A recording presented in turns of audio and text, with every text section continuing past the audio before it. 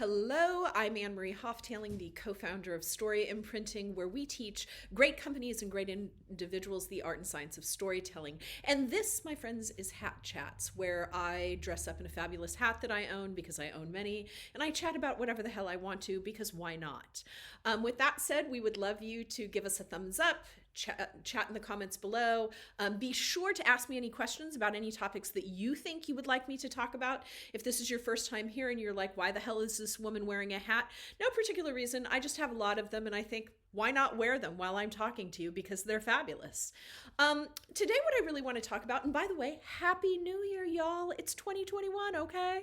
So we are in a brand new year, and what invariably happens in any new year is everybody wants to, lose 40 pounds, learn to play the guitar, speak Spanish fluently. I think these are all lofty goals, and I hope you do every single one of them.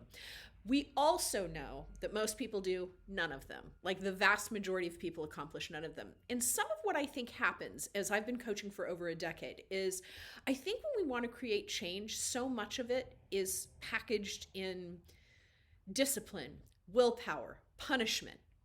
I don't know that these are great ways to come at it. And what I do also know from lots of research, none of which is mine, by the way, is that we are more likely to create sustainable change through small incremental change. So whether you're doing something regarding your professional life or your personal life, here's what I would invite you to think about. Instead of saying, I'm not going to, punishing yourself with, I need to lose 20 pounds. So you know what I'm going to do?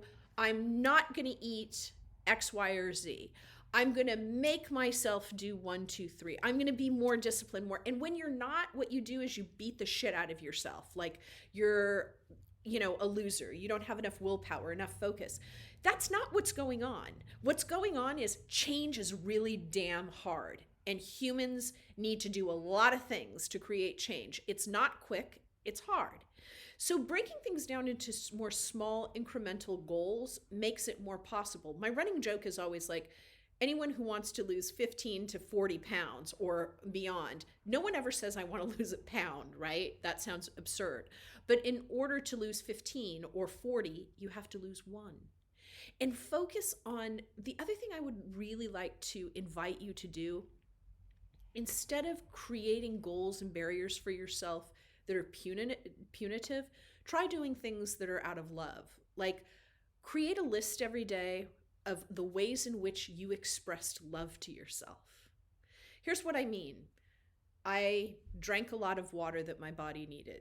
I ate a lot of fruits and vegetables. Don't focus on whether or not you are going to eat crap or not eat crap. Focus on the ways you're going to love yourself, the ways you're going to do positive things for yourself. I have a lot of clients who are really, really high earners and also have a lot of anxiety about talking to a financial advisor. And the number of people who will say to me, well, I want to pay down my debt before I talk to an advisor. I want to save some money before I talk to an advisor. Because there's all this shame attached to the fact that we aren't where we think we should be.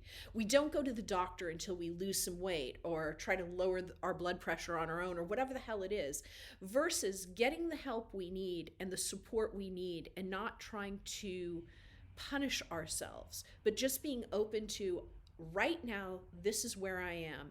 And by the way, love the life you're in, love the body you're in. That doesn't mean you don't get to want to change it. The same with your career. You can be grateful and have gratitude for where you are and want to create meaningful change around it. Both of those things can live in consort. And what I ask you to consider is while you're trying to make changes, think of these different quadrants, right? Your personal life, your health, your professional life, your financial life, and think of these as tiny baby steps. So let's kind of walk through them. If you want to create a change in your professional life, you want to ask for more money, begin with, I'm going to set up a time to do that. Just that. Just set up the time. Decide for yourself that you're going to set up that time in 3 months from now, in 2 weeks from now, but just take the very first step. If you want to save some money or you want to get more financially fit, start with, I'm just going to go and talk to a financial advisor. I'm just going to make that appointment. I'm going to get a great referral and go talk to 3 people and see who I resonate with. And I'm just going to talk to them. And I'm not going to be ashamed about how much money I do or don't have saved. I'm just going to go and have that conversation. If you're trying to create some different personal rituals in your life and behaviors that are going to serve you, instead of saying, I'm going to run a marathon, which is awesome, and I want you to run a marathon if that's what you truly want, start with, hey, I'm going to just move my body every day. I'm going to do something that expresses love towards myself, because I know when I have less debt and more money, when I'm eating well, when I'm doing things in my career that feel like I'm moving forward, those things are an act of self-love. And I think that too much of the way we try to create change for ourselves is around shame and punishment and guilt. That these things, I want to change these things because it's terrible. And, listen, that may be. It may be that you're terrible with finances and you need to fix that. That may be. But I also think be thoughtful about how you talk to yourself. One of the things I wrote about recently is like, watch your language diet. I think we consume poison and we talk to ourselves about, oh, I'm just so lazy, or I'm so undisciplined, or I'm so unmotivated. And that is such a toxic way to communicate yourself. You're constantly telling yourselves the ways in which you are not enough, the ways in which you cannot accomplish these things. And I just think it's a terrible way to set yourself up for success. So begin with starting small. Think of these each area of your life and something small you want to change. Move towards that little change. And once you've really integrated it into your life, move to the next change. I do believe that you can move faster by slowing down. So I'm going to say that again. I think if you slow down, you go faster, which is really counterintuitive. But I think this idea of, I'm going to save $100,000 this year, run a marathon, do this, do that, do this, is often these giant output goals that seem really slick and cool, and maybe they are, and maybe you can accomplish them, and that's great. In no way am I denigrating those goals or having big goals. I have huge goals, big goals that I think about all the time, but I'm more concerned with the input goals and the way you approach them and the way you talk to yourself and the way you think about what you're accomplishing. Consider smaller kind of efforts to move yourself forward. There's an enormous amount of value in that. But more importantly than that, I think as you're creating change in your life, look to the effort and the input and not just the output. And try to notice where you're holding shame or guilt, whether it's around money, whether it's around your career. I encounter people all the time who are really bitter about where they are in their professional lives and feel like, I worked hard, I did all the right things, I got the education, I did everything, and I'm not where I want to be. That is such a useless approach to creating change. Stepping way back and trying to understand, what can I learn and how can I move differently, and what changes can I affect, me personally? What agency do I have to create change? That's going to serve you so much better. But be kind to yourself and be gentle with yourself, and think about the ways you can sort of pull things apart in a smaller way. That the smallness does not mean the impact will be contracted. The impact will be great if the smallness matters a great deal. If you're somebody who is never physically active and suddenly you're walking every day for 10 to 15 minutes, that's enormous. I mean, ask any doctor and they will tell you that. That's a big deal. That's a huge impact on your life. This tiny little change, that's a pretty minuscule change. I remember once years ago reading a financial advisor who said, and I realize this is a staggering amount of money, but I thought it was an interesting point. He said, once someone can save $100,000, $1 million is nothing. There's some psychological barrier to that 100,000. It's such a staggering number to most people, he said. But once you get them over that $100,000, saving becomes, very easy, and it's just becomes something they do. I think this is true with almost all things. The sort of activation energy, as they call it, the starting point is really, really hard.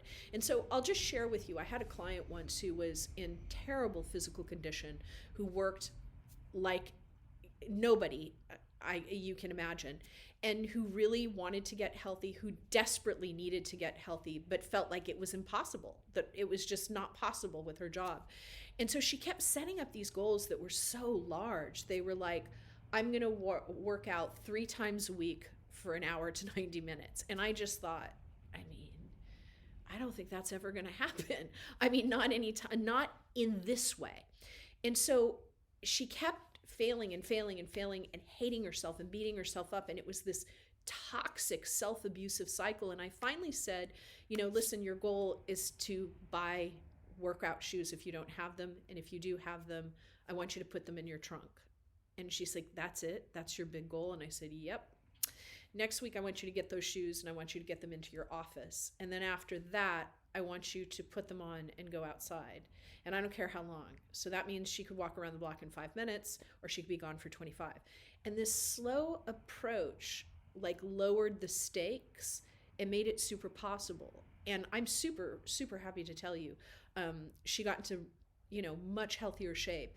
And it was sustainable. I've seen her around and she's in much better health. She's much more grounded and she has greater control and agency over her body and her life and her health.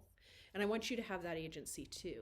So in order to do that, consider for a moment, instead of sort of challenging yourselves in these really aggressive ways, to break things down in really small, consumable ways and notice how that changes the way in which you create impact in your life.